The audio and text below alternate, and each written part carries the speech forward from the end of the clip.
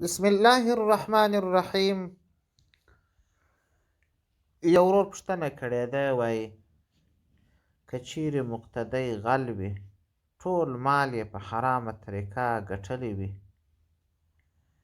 یا نور حلال کار هم کوي، و امام ته یې میاشتانه یا تنخواه اخیستل، یا یې اولادونو ته درس په تنخواه ویل، څه حکم لري؟ د دغه ورور د پوښتنې په جواب کې باید ووایم چې دا مسله شامي کتاب الحظر والاباحه کې را نقل کړې ده. جلد نهم صفحه 553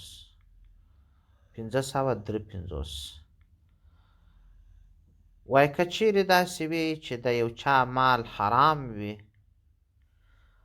او د دغه حرام مال په مزدوري کې اخیستل، په هدیه اخیستل جایز نه دي، خو مجمع الانهور هغه بیا په جلد 4 صفحه 186 کې لیکي، وایي که چیرې د یو چا مال هم حلال وي هم حرام وي، تر څو چې ده ته معلومه سوې نه وي چې دا هغه د حرامو پیسو څخه راکړي دي، ده ته یې اخیستل جایز دي.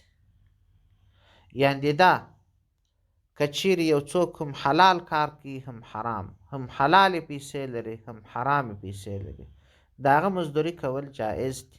خو که یو چا قطعا حلال نه درلودې، ټول مال یې حرام و، نو هغه که درس و تدریس په پیسو وي، که امامت وي او که بل کار وي، نو مزدوري یې کول جایز نه دي.